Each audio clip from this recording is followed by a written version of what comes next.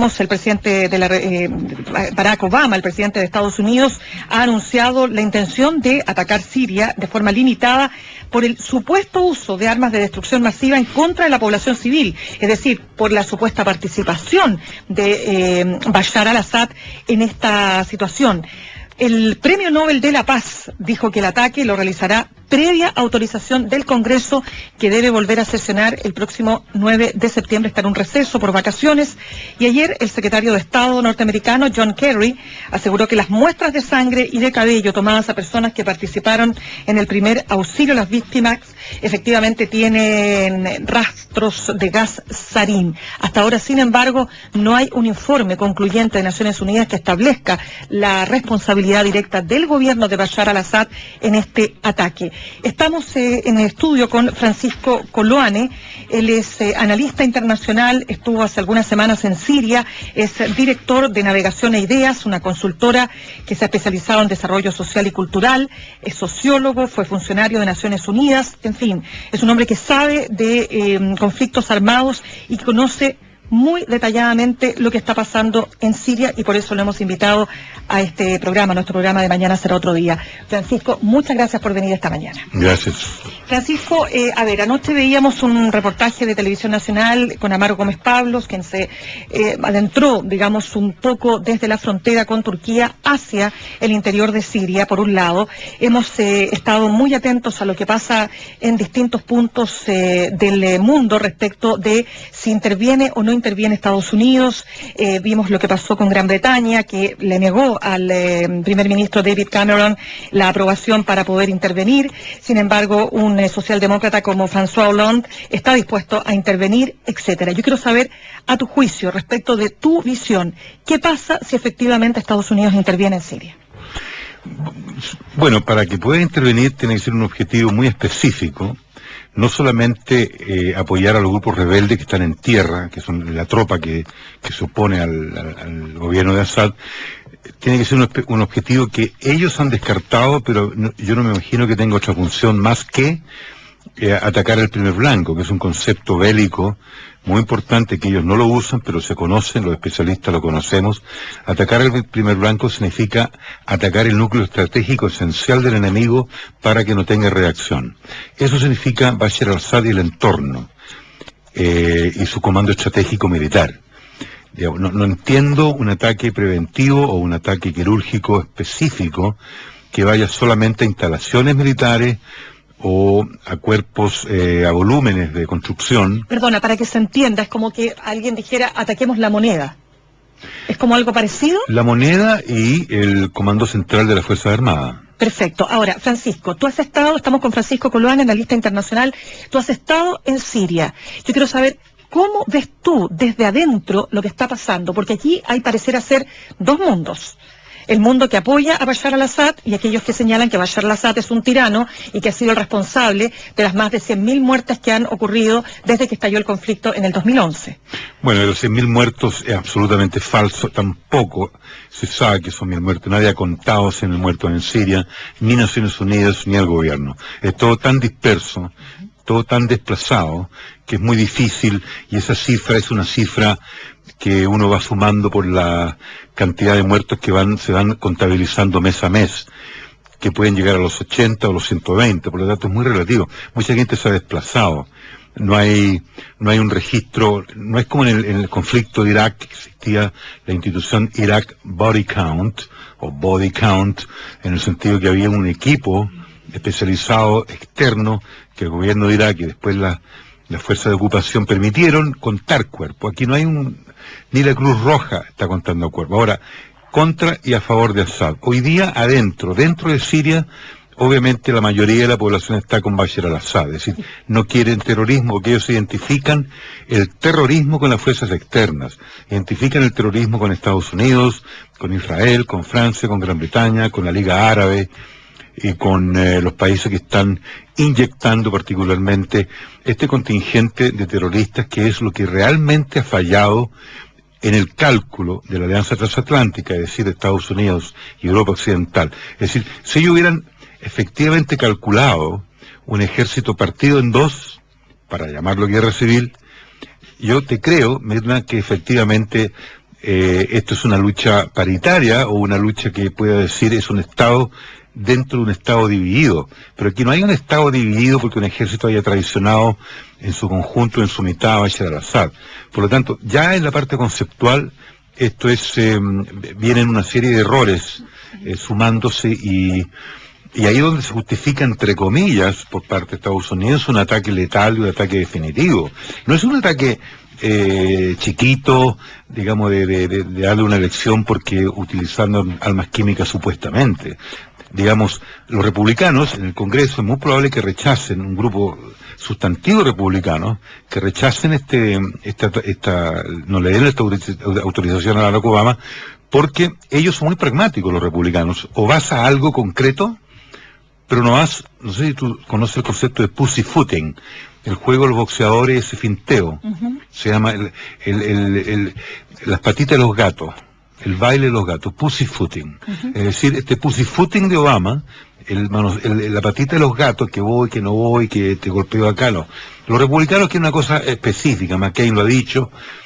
Y curiosamente, Mirna, Sarah Palin, ¿te acuerdas de Sarah Palin del Tea Party? Ella está en una posición de centro. Ella no quiere intervención del todo. A ver, pero espérame, estamos con Francisco Coloane, analista internacional, estuvo hace algunas semanas en Siria. Francisco, me interesa entender, tú dices que la mayor parte de la población apoya a Bashar al-Assad. ¿En qué te apoyas para señalar eso? Bueno, viajes a Alepo, viajes a Homs, viajes a Sueida, al sur. ¿Por qué estaría apoyando entonces, sin duda, un régimen que ha estado 42 años en el poder?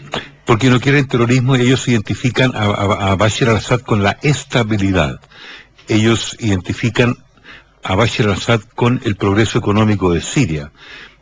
Muchos de ellos identifican a Bashar al-Assad con las reformas políticas que empezó a hacer el año 2006. Él empieza a hacer reformas políticas, el primer líder árabe, que en la zona empieza a hacer reformas políticas del año 2006, e incluso cuando empiezan las manifestaciones, Mirna, en marzo de 2011, Hillary Clinton, entonces el secretario de Estado, dice, démosle tiempo a Bashar al-Assad, que es un reformista.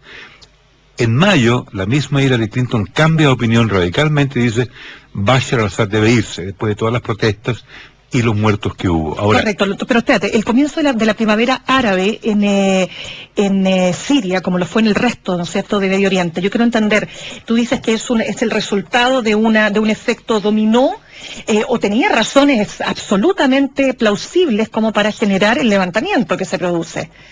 Porque se produce un levantamiento contra Bashar al-Assad. Sí, pero fue un levantamiento en donde se suma a la ola de primaveras árabes, pero el plan de invadir a Siria con un contingente armado existía de antes. Viene de Estados Unidos, dices tú. Claro, viene del 2003, cuando invaden Irak. El plan de invadir a Siria, derrocar el régimen de Bashar al-Assad, es un plan antiguo de la Casa Blanca. ¿Y eso para qué? Porque Siria no puede existir como un Estado fuerte, una institución fuerte, estatal, con un ejército poderoso. Aliado de Irán, aliado de China, por supuesto. De alguna forma. De Rusia, de alguna forma. De alguna forma. No siempre, porque aquí se confunde que dicen que Siria pertenecía a la órbita soviética. Nunca fue así. Hay que hacer otro desmentido clarísimo eso. Ahí hay una gran falta de información. El hecho que no puede haber un Estado paralelo a Israel con fuerza paritaria a Israel excepto una nuclear. Y quedó demostrado en la guerra civil de 2006, en el enfrentamiento entre Hezbollah y el ejército de Israel en el Líbano, el 2006, el triunfo de esta guerra de 2 semanas con Israel, que es el gran triunfo de esta unidad Hezbollah-Siria en contra de Israel. Estamos con Francisco Coloane, analista internacional, estuvo hace algunas semanas en Siria analizando lo que está pasando al interior de ese país. Francisco, ¿quién es quién en este conflicto? Porque aquí los rebeldes, si bien sabemos que están también dentro de los rebeldes, están grupos yihadistas, está Al-Qaeda, no solo está Al-Qaeda, no solo están grupos yihadistas, también hay grupos que legítimamente quieren un gobierno distinto, quieren democracia, quieren participación. Entonces, ¿cómo podrías tú determinar, de acuerdo a lo que tú has visto allá, quién es quién en este conflicto? Bueno, por una parte está el Estado, representado por el presidente Bashar al-Assad, el ejército y las instituciones sirias. El resto es una fuerza política que se agrupa bajo la coalición nacional siria, que lo componen más o menos 10 agrupaciones que van desde los comunistas hasta lo equivalente al islamismo radical de derecha, que tratan de implantar un régimen clerical dentro de Siria. Esos son los políticos. Hay moderados también, ¿ah? Hay moderados de centro, hay abogados, académicos de derechos humanos que han adquirido un rol político. Estoy hablando de la fase política de la zona. Dentro de ello, existen también exiliados que se han opuesto siempre a Bashar al-Assad. Ahora, no existe una formalización, ¿no es cierto?, de la integración de los grupos terroristas en esta coalición. Los grupos terroristas se expresan más que nada en el sector armado, en el sector bélico. Sin embargo, la hermandad musulmana forma parte de esta coalición, pero de forma muy subrepticia, porque ellos trabajan también en forma subrepticia. Tú dices de la coalición de oposición a Bashar al-Assad. La coalición Correcto. política, claro. Pero espérate, ¿es posible neutralizar estos grupos terroristas como yihadistas, Al-Qaeda, en fin? Porque claramente en un conflicto de las características y de la fuerza que ha adquirido este conflicto, es decir, hoy día, más allá de quién tiene la fuerza, quién tiene el poder, que sin duda todavía sigue estando en manos de Bashar al-Assad, aquí hay una situación que va a prolongarse en el tiempo y se va a ir redefiniendo. La pregunta es, ¿hasta qué punto crees tú que la oposición tiene formas de bloquear y neutralizar a los grupos terroristas?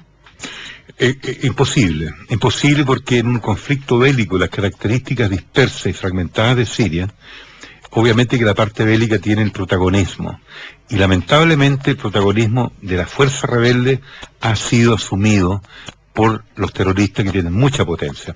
Y esto quiero hacer un paréntesis muy chiquito. El terrorismo hay que visualizarlo como un consorcio de empresas subcontratadas. Y yo decía en forma de broma la otra vez, como Codelco. Codelco no puede solo, tiene que subcontratar. Y este es un tema inmenso, un tema que tiene la CIA, que tiene el Pentágono y fundamentalmente las fuerzas de inteligencia norteamericanas. Es decir, se dedicaron a subcontratar. Y este modelo de la subcontratación fue utilizado por Qatar y Saudi Arabia. Por lo tanto, la fuerza multinacional terrorista que hay, de yihadista, como tú bien dices, y de elementos de radicalismo islámico, es un negocio para desestabilizar estados. Ese es el tema grave que se expresa en Afganistán, Pakistán. Y correcto, y si siendo ellos enemigos también de Estados Unidos, es decir, Correcto. estos yihadistas, Al-Qaeda, ¿de qué manera esta intervención, entre comillas, quirúrgica de Obama podría neutralizarlos? O sea, digamos que esa intervención no se vuelva en contra precisamente de los propios objetivos de Estados Unidos. Se puede volver ahora, pero ahí hay una pregunta que tiene que ver con inteligencia muy fina y muy profunda. El propósito es neutralizar Irán.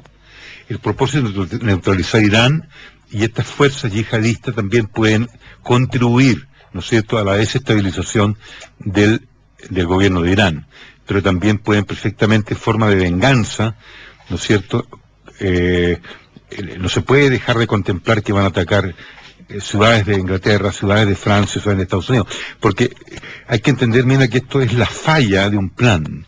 Cuando tú fallas en un plan después de 2 años y medio y no hay recompensa, las fuerzas que tú contratas se transforman en una anarquía desesperada.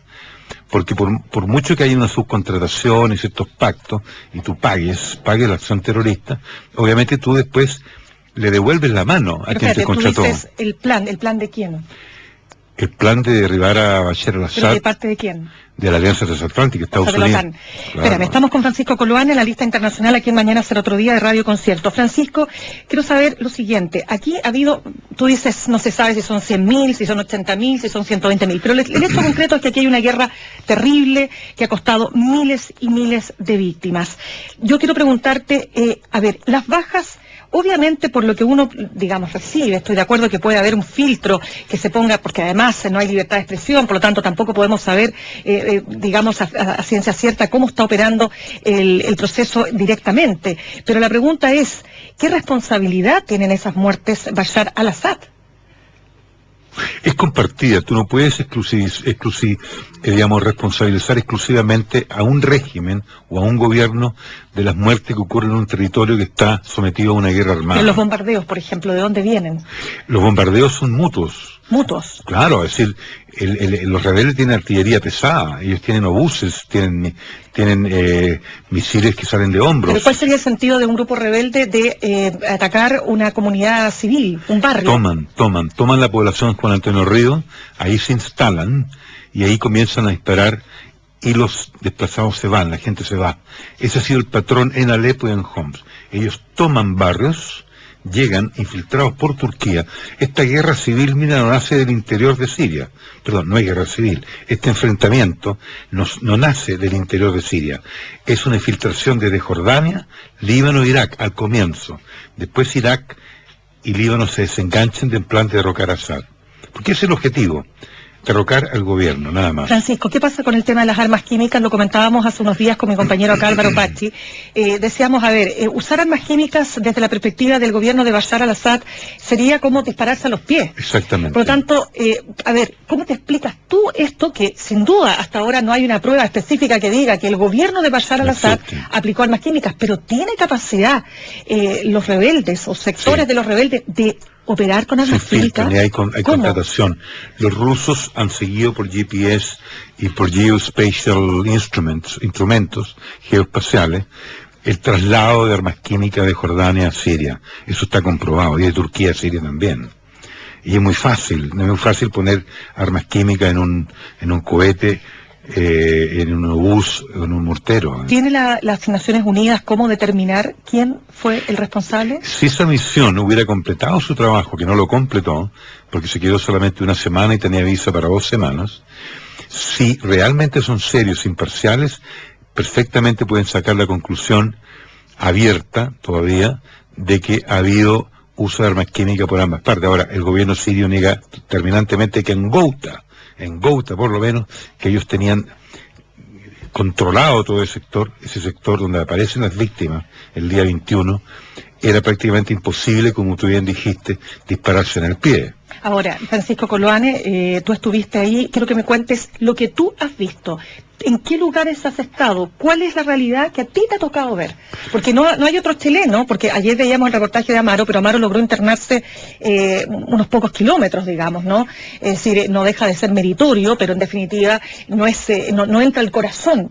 Yo quiero saber, tú que has estado en el corazón, ¿qué es lo que tú has visto? Bueno, yo te puedo relatar el bombardeo de mayo, del 5 de mayo de Israel, el día de la noche de Israel, bombardearon. La gente no se asustó, no salió a las calles despavorida. El día siguiente era un día, no me lo van a creer los auditores, ni tú tampoco. Sí, estaban absolutamente tranquilos, porque ellos han estado acostumbrados a las incursiones de aviones de Israel en forma bastante frecuente. La gente va a las calles, hace su vida, escucha todos los obuses, los ruidos de morteros del alrededor de Damasco. Yo he ido a las periferias de Alepo, en zonas controladas por el ejército. Hay una gran devastación. He ido al sur, a Sueida, a la parte de Druz, que está muy tranquilo, controlada. Me he acercado a la zona de Tartus, que es la zona de la costa. Lo que yo observo siempre son puntos de control del ejército, con ruidos de artillería en los alrededores, y un ejército muy tranquilo controlando el paso de vehículos con los tacos acostumbrados en los controles. Ahora, cuando yo veo un ejército con tranquilidad, no con desesperación, caminando lento, usando los celulares, mirando tus papeles, no hay toque de queda, no hay estado de emergencia. Es decir, en ninguna parte hay un estado de emergencia. Hay recomendaciones, ni siquiera en Alepo hay un estado de emergencia. Digamos, la gente sabe perfectamente que hay una zona tomada por rebeldes y otra zona tomada por el ejército. Entonces, esto es una guerra muy fragmentada en base a desplazamientos en zonas rurales más que nada, y la mayor parte de las zonas urbanas están siendo controladas por el ejército sirio. Tú me preguntabas el tipo de enfrentamiento. Como yo te explicaba, el ejército sirio ha estado obligado a demoler casas en barrios, por ejemplo, Somonte Ñuñoa, por ponerte un ejemplo extremo, o vamos a Recoleta, un poco más a la periferia. Tú tienes que aplanar con bulldozers para poder instalarte como una unidad militar y poder contrarrestar a los rebeldes o lo que sea, los guerrilleros que están a una distancia de 5 o 6 kilómetros, y ahí se produce la batalla. Ese mismo modelo, ¿no es cierto?, que está en los alrededores de Damasco, es posible trasladarlo a Alepo, a Homs. A veces hay incursiones aéreas cuando se concentran grupos de rebeldes y de guerrilleros, que te repito, hay una cifra, se calcula que hay 50.000, mi cifra es 50.000 guerrilleros externos dentro de Siria. Es una multinacional de mercenarios mezclados con terroristas yihadistas, mezclados con una serie de, yo le llamo empresas subcontratistas, ¿no es cierto?, del terrorismo. Es decir, no es distinto a los carteles de la droga, es decir, este es un negocio. Francisco, estamos con Francisco Coloane, analista internacional. Para cerrar, ya nos quedan muy poquitos minutos. Una sola pregunta para finalizar la entrevista. ¿Qué pasa si interviene Barack Obama? ¿Cuál es cuál es el panorama que se avisora, digamos, en lo inmediato? Si interviene con Tomahawk, que la única posibilidad de ser un ataque quirúrgico efectivo, que es el más probado y el más profundo en el sentido del grado de penetración en las unidades del ejército, sea armamentos, sea contingente, tiene 20 metros de largo, entre 10 15 metros de longitud, y tiene una ojiva o una cabeza nuclear con uranio empobrecido. Es decir, si Obama, el gobierno de Estados Unidos, utiliza Tomahawk de la dimensión y del grado, dicen que los 4 destructores tienen alrededor de 150 Tomahawks. En Libia, para aniquilar el armamento y el ejército de Gaddafi, se usaron 300. La diferencia entre el armamento y el arsenal y el ejército libio y sirio es 1 a 5 en potencial y en volumen y en grado de combate. Por lo tanto, tú te imaginarás, ya los cruceros creo que están armados con 200, pero van a necesitar 1000, por lo menos. Es un desastre. Es un desastre. Es decir, ese es un signo de interrogación inmenso de cuál va a ser la batería bélica, ¿no es cierto?, que van a utilizar. Hay una fuerza especial en Jordania, se calcula esas cifras nunca son ciertas, dice que son 1000, pueden ser hasta 5000 de tropas norteamericanas preparadas como fuerzas especiales para apoyar a los rebeldes. Por lo tanto, lo que yo, del punto de vista bélico, es una amenaza en términos de decir, bueno, aquí estamos presentes los norteamericanos, estamos en contra del tema de las armas químicas, con pruebas o sin pruebas. Y en segundo lugar, ver qué es lo que sucede como hecho político, si efectivamente va a haber una ofensiva rebelde y se experimenta un desgaste en el ejército sirio después de estas incursiones por cohete. Yo no creo que vaya a haber bombardeos con aviones a mansalva, ¿no? Puede que hayan 2 o 3 incursiones, pero yo dudo que se sume, porque esa es la única posibilidad que salgan de Turquía. Hay aviones en Jordania, no creo que la Fuerza Aérea Jordana lo haga, porque eso sería un desastre. Fuerza Aérea Norteamericana sí, Fuerza de Israel, mala señal, pésima señal. Aliarse con Estados Unidos en forma conjunta para atacar un país árabe, esos son cálculos políticos que tienen que estar haciéndose en la Casa Blanca, en el Congreso, en forma muy delicada, no pueden ser desprolijos, y tienen que pensar el efecto político y el efecto humanitario de lanzar ese tipo de armamento que tienen un uranio empobrecido. Muy bien, Francisco Coloane, analista internacional, muchísimas gracias por habernos acompañado esta mañana. Bueno, espero haber sido útil. De todas maneras, gracias. No te muevas de la 88.5. Está dispuesto a intervenir, etcétera. Yo quiero saber, a tu juicio, respecto de tu visión, ¿qué pasa si efectivamente Estados Unidos interviene en Siria? Bueno, para que pueda intervenir tiene que ser un objetivo muy específico, no solamente apoyar a los grupos rebeldes que están en tierra, que son la tropa que se opone al gobierno de Assad. Tiene que ser un objetivo que ellos han descartado, pero yo no me imagino que tenga otra función. El presidente Barack Obama, el presidente de Estados Unidos, ha anunciado la intención de atacar Siria de forma limitada por el supuesto uso de armas de destrucción masiva en contra de la población civil, es decir, por la supuesta participación de Bashar al-Assad en esta situación. El Premio Nobel de la Paz dijo que el ataque lo realizará previa autorización del Congreso, que debe volver a sesionar el próximo 9 de septiembre. Está en un receso nacional, estuvo hace algunas semanas en Siria, es director de Navegación e Ideas, una consultora que se ha especializado en desarrollo social y cultural, es sociólogo, fue funcionario de Naciones Unidas, en fin, es un hombre que sabe de conflictos armados y que conoce muy detalladamente lo que está pasando en Siria, y por eso lo hemos invitado a este programa. Nuestro programa de mañana será otro día. Francisco, muchas gracias por venir esta mañana. Gracias.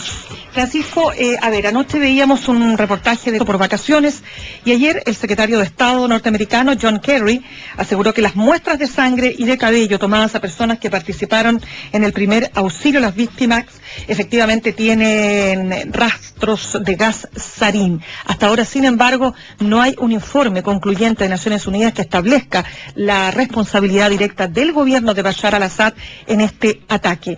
Estamos en el estudio con Francisco Coloane, él es analista en Televisión Nacional, con Amaro Gómez Pablos, quien se adentró, digamos, un poco desde la frontera con Turquía hacia el interior de Siria, por un lado. Hemos estado muy atentos a lo que pasa en distintos puntos del mundo respecto de si interviene o no interviene Estados Unidos. Vimos lo que pasó con Gran Bretaña, que le negó al primer ministro David Cameron la aprobación para poder intervenir. Sin embargo, un socialdemócrata como François Hollande